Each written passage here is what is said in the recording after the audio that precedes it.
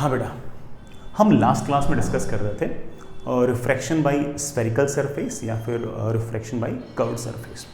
मैं उस बात को बेटा फिर से एक बार रिपीट करता हूँ। बेटा मान लीजिए कि आपके पास ये कोई स्फेरिकल सरफेस, इसके एक तरफ मीडियम कुछ और दूसरी तरफ मीडियम कुछ और बेटा मान लीजिए कि यहाँ कहीं ऑब्जेक्ट है ऐसे, यहाँ का रिफ्रैक्टिव इंडेक्स है n1, बेटा यहाँ का रिफ्रैक्टिव इंडेक्स है n2। इस n1 और n2 के बीच में फ्लैट सरफेस नहीं है बल्कि स्फेरिकल सरफेस है।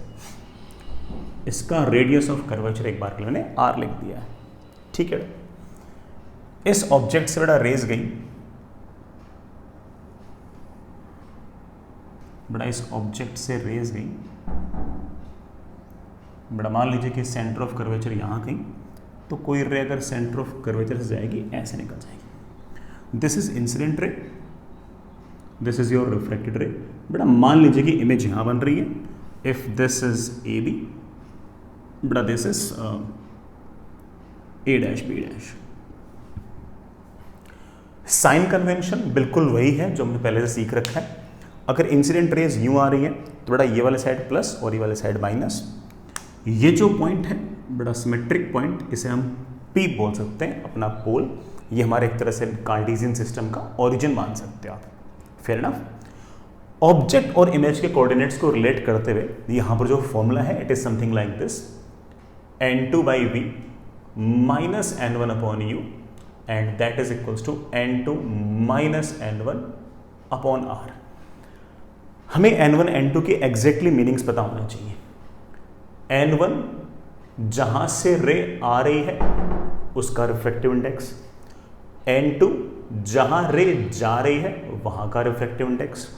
u और v के बारे में मुझे मेरे ख्याल से वापस से बोलने की जरूरत नहीं है। u है ऑब्जेक्ट का कोऑर्डिनेट और v है इमेज का कोऑर्डिनेट। मैं r के बारे में जरूर लिख देता हूं। बेटा r को ऐसे सिंपली रेडियस ऑफ कर्वेचर तो ना बोले, ऐसे बोल देते हैं कि ये हमारे सेंटर ऑफ कर्वेचर का x कोऑर्डिनेट है। बिल्कुल वैसे जैसे मिरर के अंदर हुआ करता था, बिल्कुल वैसे। जैसे बेटा मान लो कि रेस अगर इस तरफ आ रही है तो ये वाली साइड प्लस और ये वाली साइड माइनस है, तो इसका सेंटर पॉजिटिव साइड में आएगा। सेंटर पॉजिटिव साइड में आएगा तो रेडियस ऑफ कर्वेचर पॉजिटिव लिख देंगे। यही सरफेस अगर ऐसे होती तो सेंटर उस तरफ आता तो हम उसका रेडियस ऑफ कर्वेचर नेगेटिव लिख देंगे। तो विद साइन बिल्कुल वैसे से मिरर में कर देते हैं। तो बेटा मैं आर को बोल रहा हूं एक्स कोऑर्डिनेट ऑफ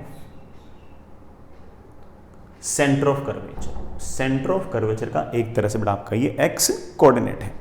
तो बेटा ये हमारे पास बेसिक फॉर्मूला है ऑब्जेक्ट और इमेज की पोजीशन के लिए, ऑब्जेक्ट और इमेज की पोजीशन के लिए। इसी तरह से ऑब्जेक्ट और इमेज की हाइट ये निकालने के लिए बेटा ट्रांसवर्स मैग्निफिकेशन का फॉर्मूला है। ट्रांसवर्स मैग्निफिकेशन बेटा कब डिफाइन करते हैं आपको याद तो ना, जब ऑब्जेक्ट कैसे रखी हो प्रिंसिपल एक्सिस के परपेंडिकुलर, और आप कह सकते हो कि height of image upon height of object is equals to, बेटा मैं प्रूव नहीं कर रहा, बहुत ही वैसे आसान सा काम है। अगेन बेटा बिल्कुल वैसे ही बेटा जैसे अपन ने मिरर में किया था। ये सेंटर ऑफ कर्वेचर है, यहाँ से बेटा रे सीधी चलते चलते चलते चलते यूं निकल जाएगी। ये वाला एंगल थीटा, थोड़ा ये वाला एंगल भी थीटा। आपका ट्रायंगल ABC और triangle A dash B dash C, ये दोनों ट्रायंगल आपके सिमिलर होंगे तो आप बड़ा बड़े आराम से प्रूव कर सकते हो। मैं डायरेक्ट लिख रहा हूँ, it will be V minus R upon U minus R. यहाँ से बेटा अगर R उठा के रखोगे तो आपके पास जो फॉर्मूला आएगा बेटा it will B n1v upon n2u। Again बेटा n1 और n2 का अर्थ याद रखना, n1 जहाँ से रे आ रही है वहाँ का रिफ्रैक्टिव इंडेक्स, n2 बेटा जहाँ पर रे जा रही है वहाँ का रिफ्रैक्टिव इंडेक्स। v जो है वो इमेज का x कोऑर्डिनेट और u जो है बेटा वो ऑब्जेक्ट का x coordinate. I hope that's okay. ये बेटा हमारे ऑब्जेक्ट और इमेज के कोऑर्डिनेट्स और इवन उनकी जो हाइट्स है उसके बीच का आपके पास ये फॉर्मूला है। चलिए बेटा हम इसके कुछ सवाल निपटाते हैं। सवाल बेटा फॉर्मूला बेस्ड ही होंगे, कोई बहुत बड़ा हाई फाई काम है नहीं, बड़े आराम से सारा का सारा काम बन जाएगा, सब कर लेंगे। भाई मेन चीज़ तो साइन कन्वेंशन है, और साइन कन्वेंशन हम लोग मिरर में सीख चुके हैं। और जैसे मैंने कहा कि बेटा साइन कन्वेंशन तो वही रहेगा, बिल्कुल वैसे कि वैसे, कोई दिक्कत नहीं आएगी। तो चलिए कुछ सवाल निपटाते हैं बेटा। आपके पास इस तरह का अरेंजमेंट है बेटा कि ये एक स्फेरिकल सरफेस, इसका रेडियस ऑफ कर्वेचर बेटा 20 सेंटीमीटर दे रखा है, और इस तरफ एयर है और इस तरफ वाटर है। इस स्फेरिकल सरफेस के इस तरफ एयर है, इस तरफ वाटर है, और बेटा यहां कहीं कोई ना कोई ऑब्जेक्ट पड़ी है, यहां कहीं ना कोई ऑब्जेक्ट है। ये डिस्टेंस बेटा आपके पास 20 सेंटीमीटर। बेटा वाटर का रिफ्रैक्टिव इंडेक्स गिवन है आपको, दैट इज 4/3। हमें पता लगाना है कि बेटा इमेज की पोजीशन क्या होगी। सवाल लिखिए बेटा, find position of image, find position of image. बेटा इमेज की क्या पोजीशन है बताइए। करते हैं बेटा, इस ऑब्जेक्ट से रेज आएंगी ऐसे, ऑफ कोर्स ऑब्जेक्ट से बेटा रेज आएंगी ऐसे। ये रेडियस बेटा 20, तो सेंटर ऑफ कर्वेचर बेटा यहां कहीं आएगा।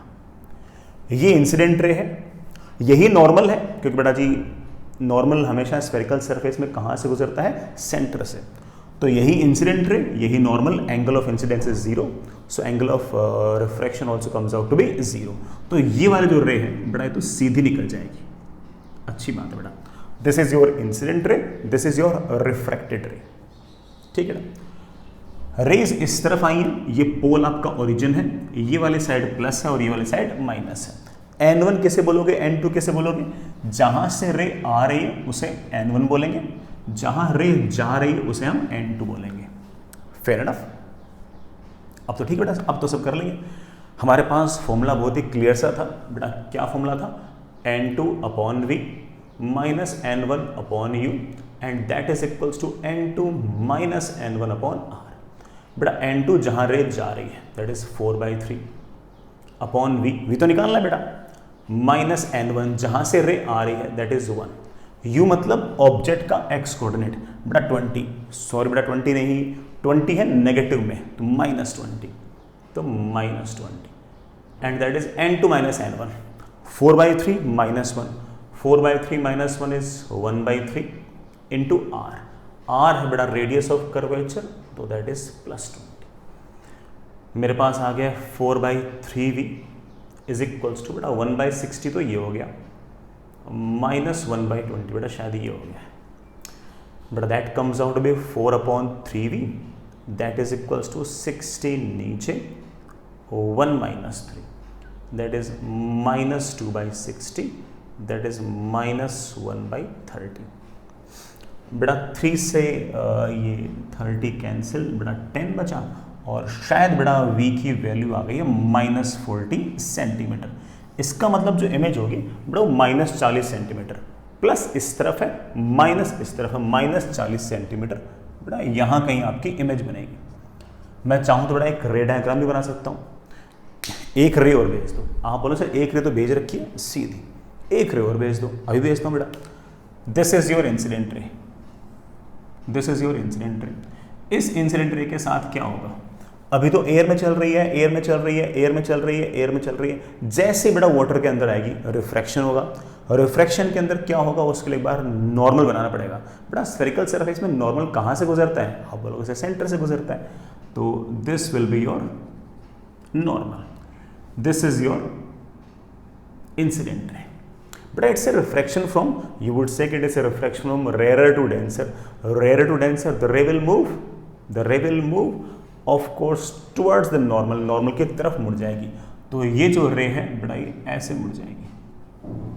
ये आपकी रिफ्रैक्टेड रे है, ये आपकी रिफ्रैक्टेड रे है। ये दोनों रिफ्रैक्टेड रेस को तो मैं एक्सटेंड करूंगा, एक्सटेंड करूंगा, एक्सटेंड करूंगा, कहीं ना कहीं से आती हुई दिखाई देगी। जिस पॉइंट से आती हुई दिखाई देगी बेटा that point is your image.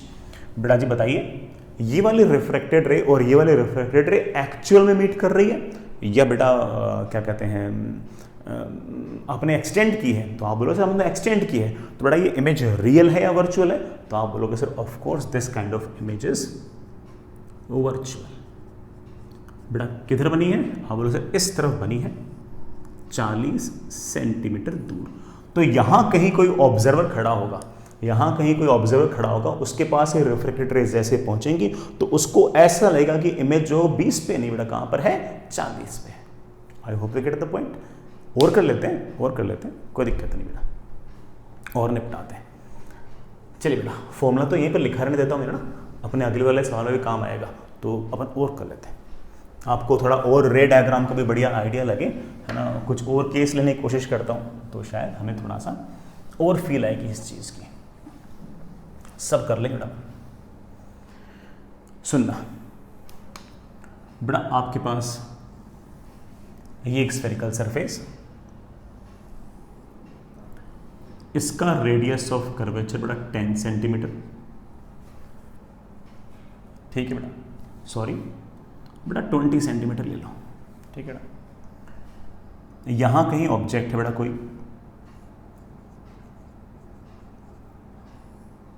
ये यहां से 30 सेंटीमीटर, ठीक है बेटा। यहां पर एयर है और यहां पर एक ऐसा मीडियम है जिसका रिफ्रैक्टिव इंडेक्स बेटा मुझे 2 दे रखा है, ठीक है, दे रखा है बेटा। और ऑब्जेक्ट यहां है और ऑब्जर्वर इस मीडियम के अंदर बैठा है। अगर ये फ्लैट सरफेस होती तो मेरे बच्चे खड़ाक से बोलते sir distance of image equal distance of object upon n relative, और एन रिलेटिव हम जानते बेटा कहां से रे आई है डिवाइड बाय कहां को रे जाएगी। लेकिन ठीक है बेटा, अब थोड़ा सा मामला अलग हो गया, कोई बात नहीं, हम फिर भी कर लेंगे बेटा। सवाल वही है, फाइंड पोजीशन ऑफ इमेज, बेटा इमेज की पोजीशन निकालो। चलो बेटा कोशिश करते हैं। ये ऑब्जेक्ट है, इधर ऑब्जर्वर है, रेज आएंगी यू, फिर ना रेज आएंगी यू ऐसे, ऐसे सरफेस ऐसी है तो इसका सेंटर ऑफ कर्वेचर यहां पर आएगा। मैंने सीधी रे यूं भेज दी बेटा, this is your incident ray. यहां पर मीडियम चेंज हुआ, एयर से मीडियम में गई, रिफ्रैक्शन होगा। देन आप बोलोगे कि sir this is incident ray as well as normal, क्योंकि यही लाइन तो बेटा कहां से गुजर रही है, सेंटर से, तो नॉर्मल भी वही है, इंसिडेंट रे भी वही है, so angle of incidence comes out to be 0, so angle of refraction also comes out to be 0। Ray बिल्कुल सीधी निकल जाएगी। अच्छी बात बेटा, एक रे और भेजनी पड़ेगी बेटा, मैंने एक रे और भेजनी पड़ेगी। अरे बेटा पहले सवाल कर लेते हैं। रे जा रही है यूं, ये वाली साइड प्लस और ये वाली साइड माइनस।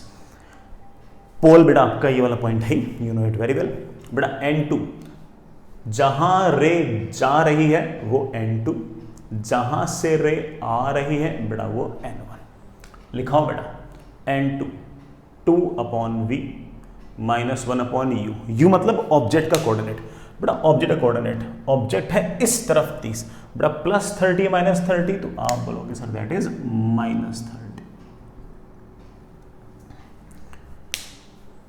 N2 - N1 बेटा, N2 - N1 अपॉन R बेटा। R ऐसे नहीं बेटा 20 लिख दिया, नहीं नहीं बेटा 20 नहीं बेटा, अपन मिरर में भी ऐसे नहीं करते थे, मिरर में भी हम साइन के साथ लिखते थे। ये जो है सरफेस, इसका सेंटर ऑफ कर्वेचर आएगा इस तरफ, प्लस साइड में नहीं आ रहा, इसका सेंटर किस तरफ आ रहा है, नेगेटिव में। तो मुझे एक तरह से सेंटर का एक्स कोऑर्डिनेट लिखना है, तो +20 लिखूं या -20 लिखूं, आप बोलो सर ऑफ कोर्स -20 लिखो, ये तो नेगेटिव में है बेटा। मेरे ख्याल से बात समझ गए होंगे। यही सरफेस अगर ऐसे होती, रेज इस तरफ जा रही होती, ये साइड प्लस और ये वाली साइड माइनस, तो आप आर को प्लस लिखते। रेज इस तरफ जा रही है, सरफेस ऐसे, तो आप उसको माइनस। याद करने वाली बात नहीं है, लॉजिक से निकाल लिया करो, हर बार आ जाएगा। तो मेरे बच्चे बोल रहे हैं कि सर आर की value is not 20, it is -20। I hope you get the point बेटा। मेरे पास आ गया 2/v इज बेटा 1/-20 बेटा, -1/20 लिख दूँ, माइनस माइनस प्लस उधर जाएगा तो माइनस, दैट इज 60। ये और बोलना बेटा कितना आ गया, -3 ये -2 ये बेटा, मेरे पास आ गया 2/v इज इक्वल्स टू -1/12। ठीक है बेटा, v की वैल्यू शायद -24 आ गई है। इसका मतलब जो इमेज बनेगी बेटा वो -24 पर यहाँ कहीं बनेगी बेटा, -24 यहाँ कहीं बना देंगे। एक रे बेटा और भेज दीजिए, इस ऑब्जेक्ट से बेटा मैंने रे भेजी ऐसे। अभी तक तो एयर में ही है, एयर में ही है, एयर में ही है, एयर में ही है। अब मीडियम चेंज हुआ तो ऐसे नहीं जाएगी। तो सर कैसे जाएगी बेटा, पता करने के लिए क्या करता हूँ कि मैं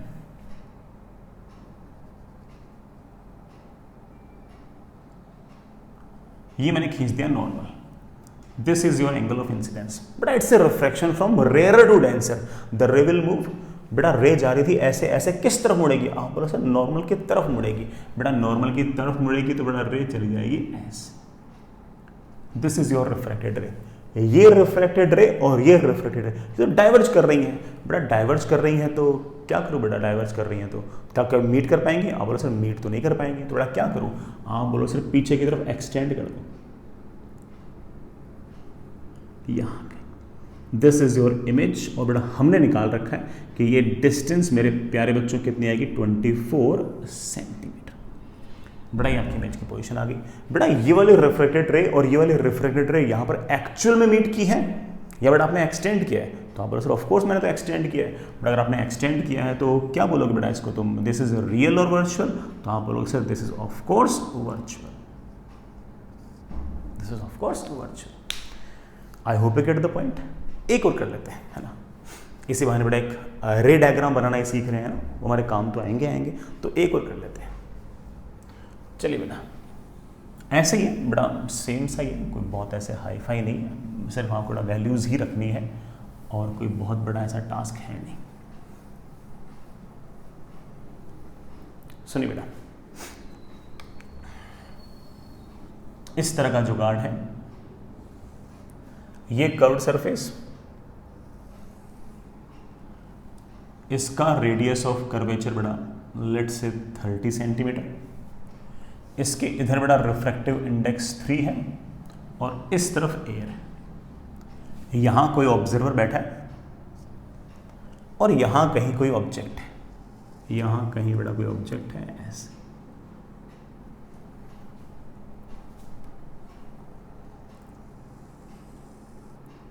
यहां कहीं बेटा ऑब्जेक्ट है 60 सेंटीमीटर दूर। कोई दिक्कत नहीं बेटा, इस ऑब्जेक्ट से रेज आएंगी आएंगी आएंगी आएंगी, ऑब्जर्वर के पास पहुंचेंगी तो डायरेक्ट नहीं पहुंचेंगी, बीच में एक बार एयर से मीडियम के अंदर एक रिफ्रैक्शन होगा और उसके बाद पहुंचेंगे। बना लेंगे, कोई दिक्कत नहीं।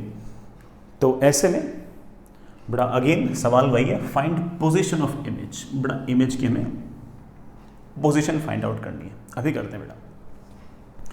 इस ऑब्जेक्ट से रेज भेज दीजिए ऐसे। आप बोलोगे हाँ सर बिल्कुल, रेज भेज दिए ऐसे। ये रे बेटा सीधी क्यों निकल के पता ना, क्योंकि बेटा ये वाली रे ध्यान से देखो कहां से गुजर रही है, इस सरफेस के सेंटर ऑफ कर्वेचर से गुजर रही है। तो यही आपकी इंसिडेंट रे है, यही आपका नॉर्मल है। तो angle of incidence comes out to be 0, angle of refraction comes out to be ray 0। बिल्कुल रे सीधी निकल गई। एक रे और भेजनी पड़ेगी बेटा अपन को, एक रे और भेज देंगे। पहले आंसर निकाल लेते हैं। रेज आ रही है इस तरफ तो ये वाली साइड प्लस और ये वाली साइड माइनस। जहां से रे आ रही है उसको n1, जहां रे जा रही है उसे n2। वैल्यूज तो रखनी है आपको बेटा, वैल्यूज रखो जरा, मैं रख देता हूं n2। बेटा बोलना 3 है क्या, n2 by V minus n1 upon U बोलना बेटा कितना है, प्लस 60 या माइनस 60। तो आप बोलोगे सर रेज आ रही है उस तरफ, वो साइड प्लस, वो साइड ये वाले साइड माइनस, तो ऑब्जेक्ट का कोऑर्डिनेट प्लस 60 नहीं बल्कि minus 60, and that is equals to n2 minus n1। n2 minus n1 is 2 upon r। बेटा रेडियस ऑफ कर्वेचर इस तरफ बेटा कितना 3, सॉरी रेडियस ऑफ कर्वेचर इस तरफ पॉजिटिव साइड बेटा कितना 30, प्लस 30 या माइनस 30। आप बोलो सर इस कर्व्ड सरफेस का सेंटर तो इस तरफ आएगा तो प्लस 30 ही लिखेंगे। Fair enough. बेटा मेरे पास आ गया 3/v इज इक्वल्स टू बेटा कितना 2/30 माइनस माइनस प्लस उधर जाएगा तो minus 1/60। That comes out to be 60। बेटा ऐसे आ गया, यहां पर तो आ जाएगा 4, यहां पर आ जाएगा -1,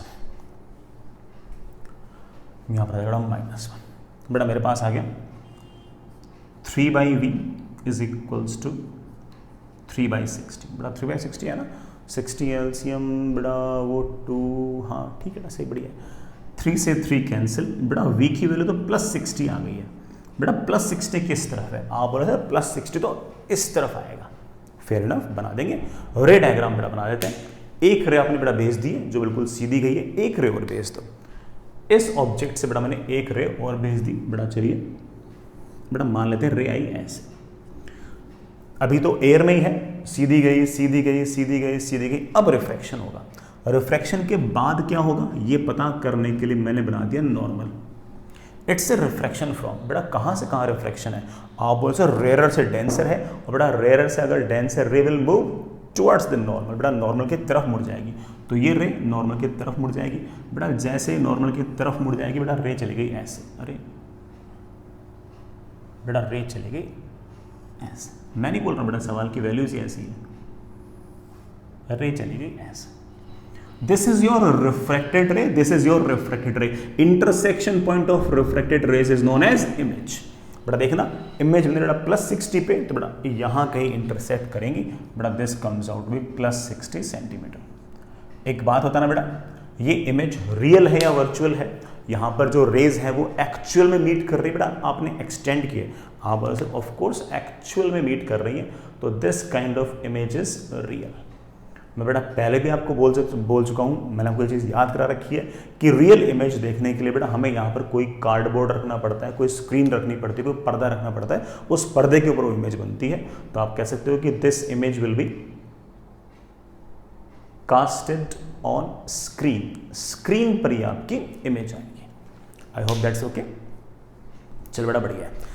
हालांकि बेटा अपने सवाल थोड़े से ज़्यादा कर लिए, लेकिन मैंने जानबूझ के बेटा ये आखिरी वाला सवाल करवाया, क्योंकि मैं चाहता था कि आप लोगों को ये अंदाज़ा होना चाहिए कि इस स्फेरिकल सरफेस वाले केस में रियल ऑब्जेक्ट की रियल इमेज भी बन सकती है। अदरवाइज बेटा अपने जो पहले दोनों एग्जाम्पल थे ना, उसमें रियल ऑब्जेक्ट की वर्चुअल इमेज ही बन रही थी, वैल्यूज ही ऐसी थी, मैं क्या करता।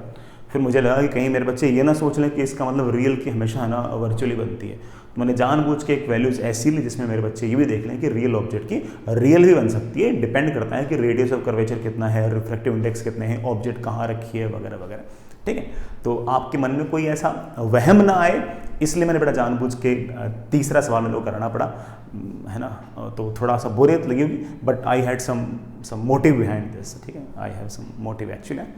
ऐसा नहीं कि बेटा मैं एक ही फॉर्मूले पे 3-3 सवाल कराता, लेकिन बेटा पहले 2 सवाल जो थे ना वो काफ़ी हद तक एक जैसे से हो गए थे, तो मुझे लगा कि यार कम से कम एक तो मेरे बच्चों को ऐसा दिखना चाहिए जिसमें उनको लगे कि हाँ भाई N1 N2 R इन सब की वैल्यूज से डिसाइड होता है कि इमेज रियल बनेगी या वर्चुअल बनेगी, और हाँ रियल भी बन सकती है।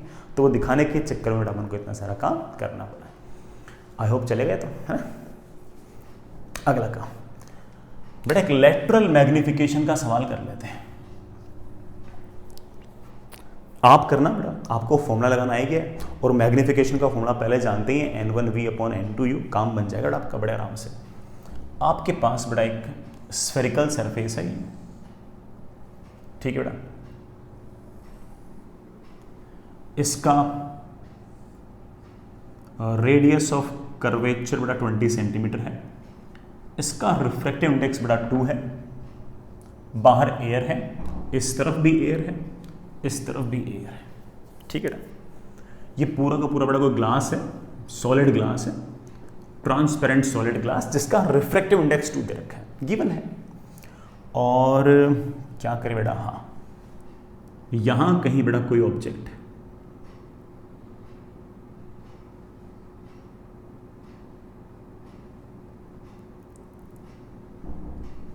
यहां कहीं कोई ऑब्जेक्ट है, मैं इसको ए बी कह दूं, इसकी खुद की हाइट 1 मिलीमीटर है, यहां से डिस्टेंस बेटा तेरा 10 सेंटीमीटर है,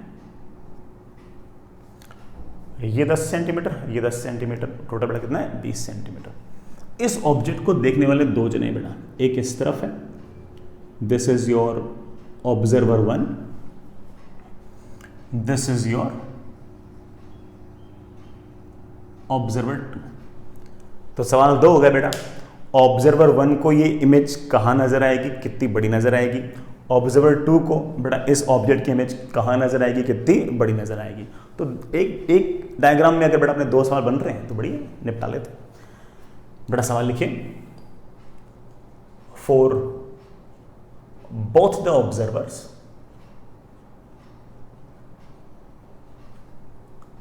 find position of image and height of image।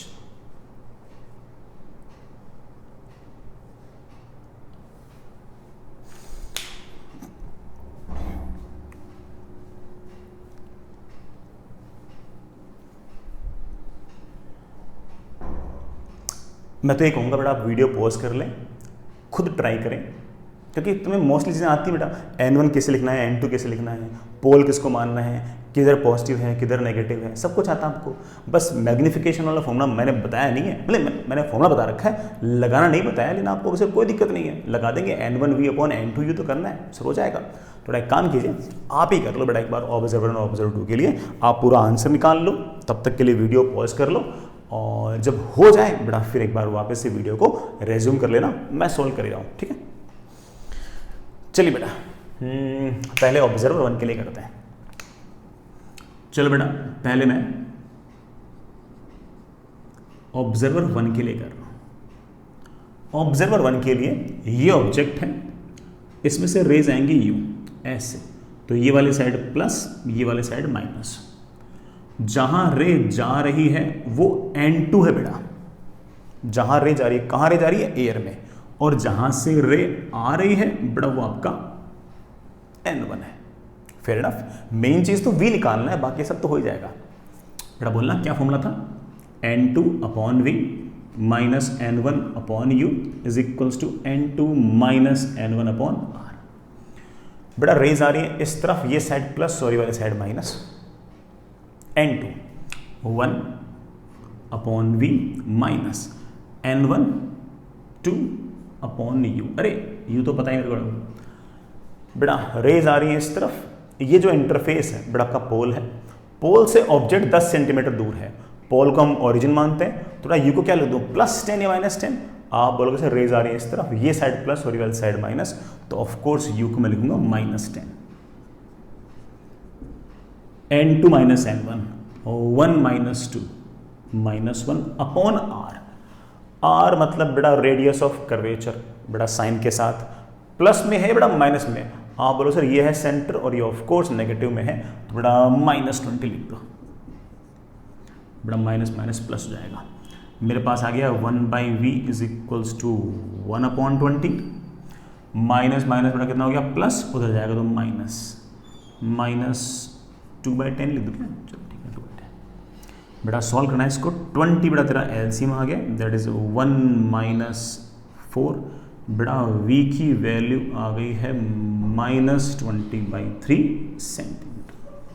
Image जो बनेगी बेटा वो -20/3 भी बनेगी, बेटा -20/3 आई थिंक -6.66, तो इमेज जो बनेगी बेटा यहाँ की बनेगी बेटा -6.66 पे।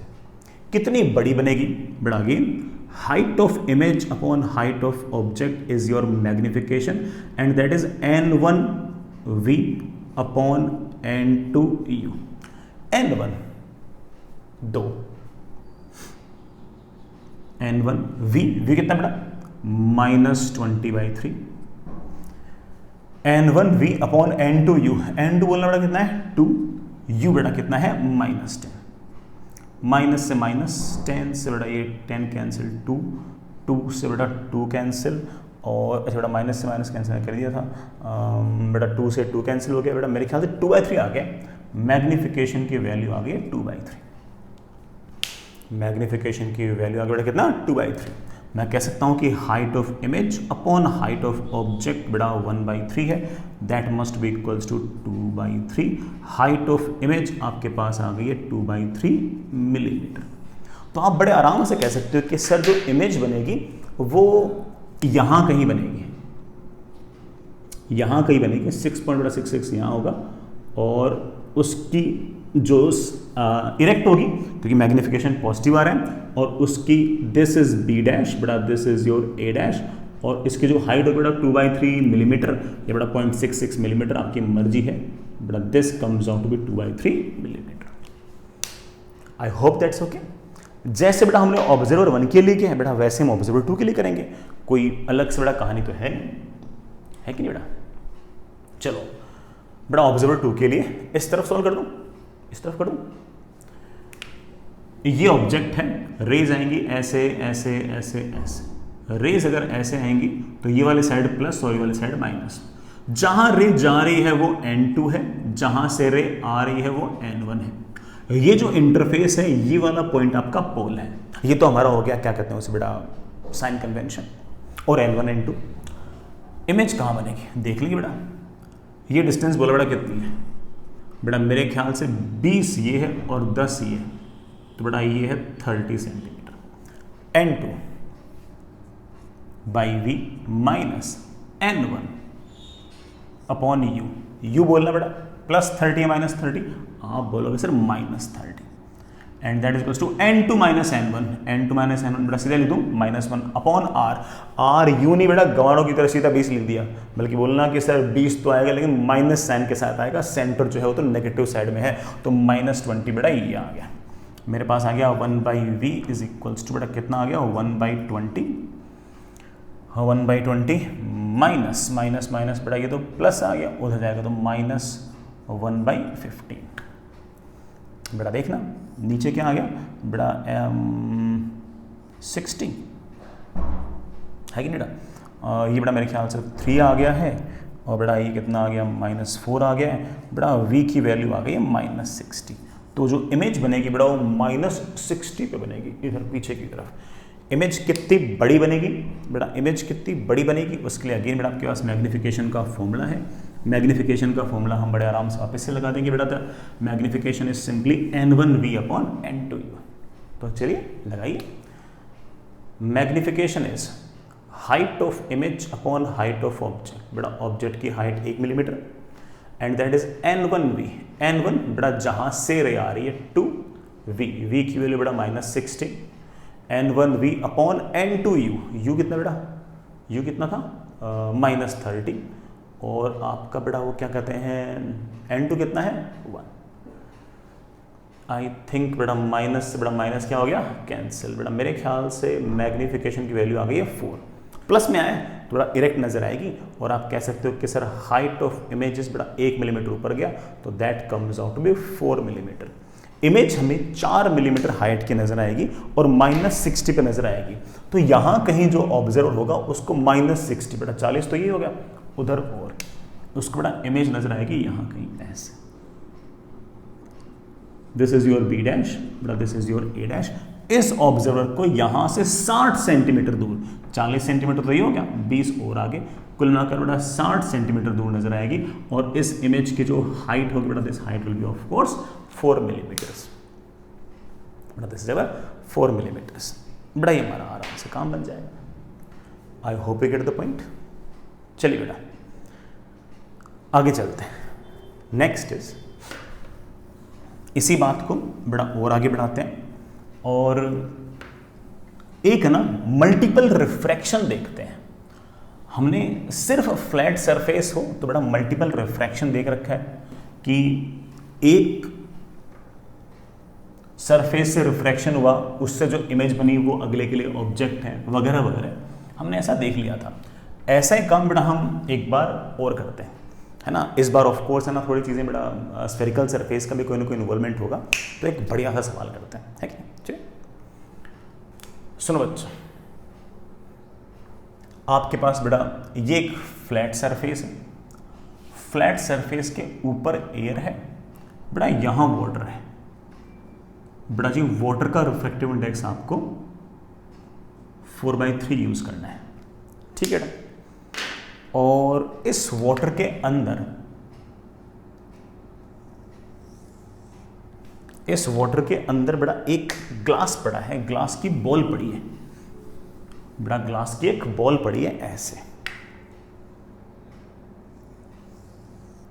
ग्लास की बेटा बॉल पड़ी है ऐसे, उसका रेडियस बेटा 10 सेंटीमीटर है, ट्रांसपेरेंट ग्लास है, और ग्लास का बेटा रिफ्रैक्टिव इंडेक्स तो ले लेना 3/2, ठीक है बढ़िया। और कहानी बेटा ऐसा है कि इस ग्लास के अंदर यहां कहीं कोई ऑब्जेक्ट है, और ये ऑब्जेक्ट यहां से बेटा 5 सेंटीमीटर है। ओहो प्यारे बच्चों, यहां से 5 सेंटीमीटर है, तो इस कर्व्ड सरफेस से बेटा कितना हो गया 15 सेंटीमीटर। और ये जो पूरा का पूरा ग्लास बेटा पड़ा है, ये जो ग्लास की बेटा सॉलिड बॉल पड़ी है, ये यहाँ से बेटा 20 सेंटीमीटर दूर है, यहाँ से मतलब बेटा ये फ्लैट सरफेस से 20 सेंटीमीटर दूर है।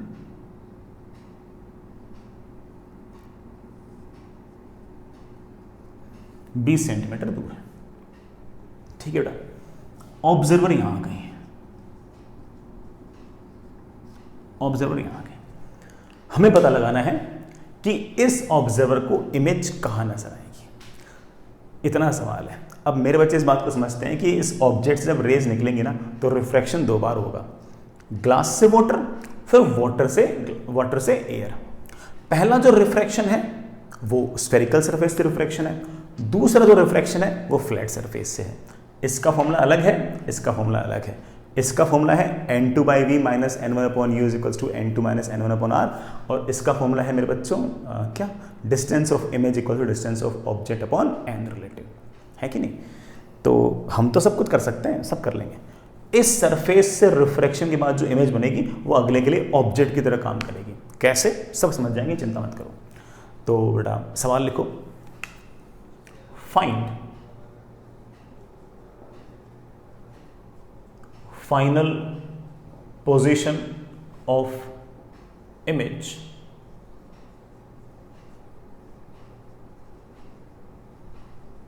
For observer.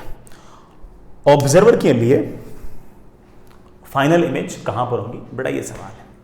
जिस बच्चों को कॉन्फिडेंस हो कि सर मैं कर लूंगा, बेटा वो तो वीडियो पॉज कर ले और सवाल खुद ट्राई करे, बाद में वीडियो स्टार्ट करे। जिन बच्चों को लगता हो कि नहीं सर इस टाइप का पहला सवाल है, सर मैंने तो नहीं देखा सर ऐसा सवाल, तो बेटा अपन कर ही रहेंगे।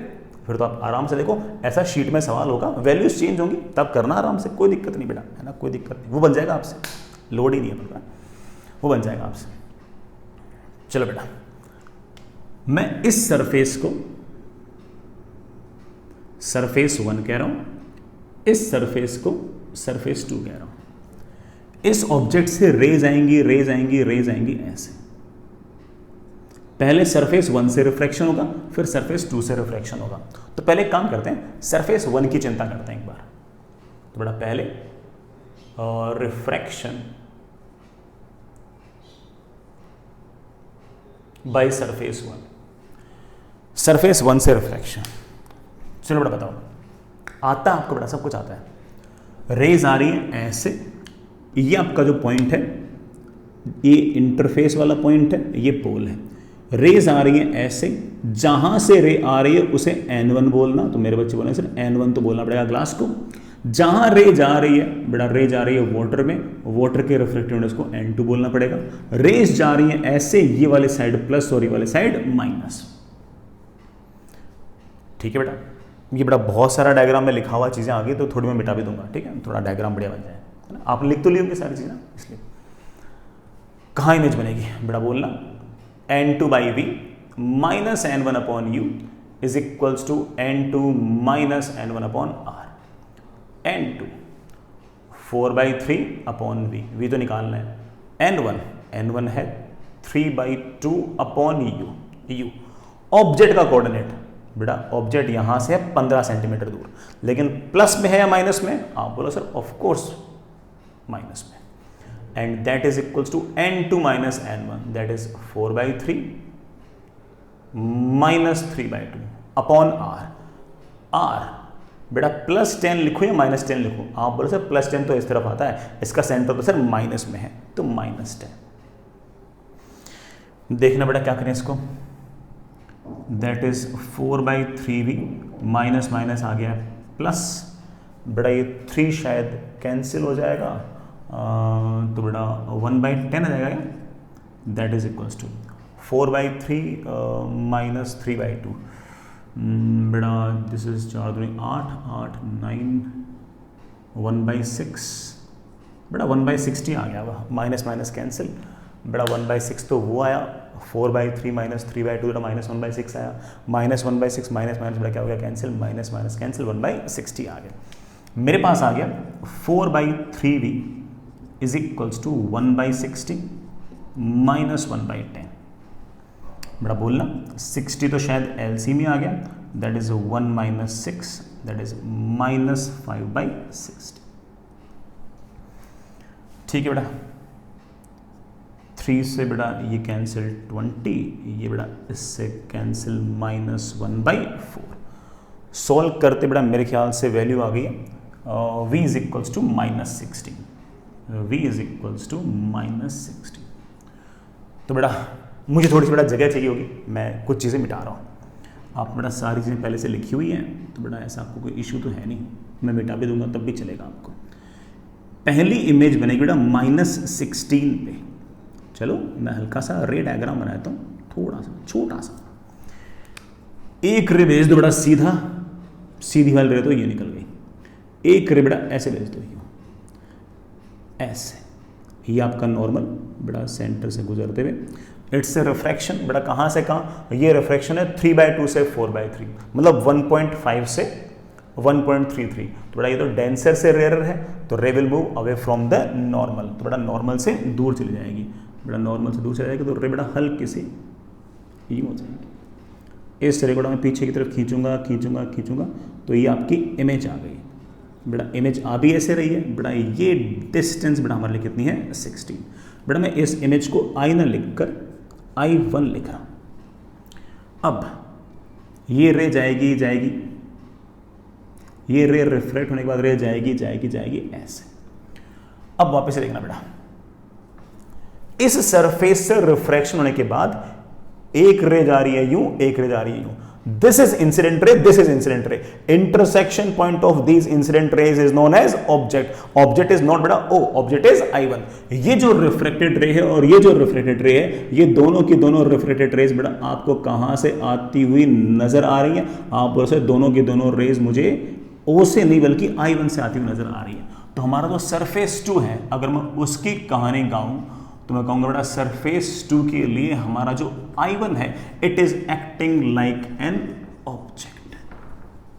It is acting like an object. तो सरफेस 2 के लिए ऑब्जेक्ट O नहीं है बेटा, सरफेस 2 के लिए तो आपका जो ऑब्जेक्ट है बेटा आपका वो I1 है।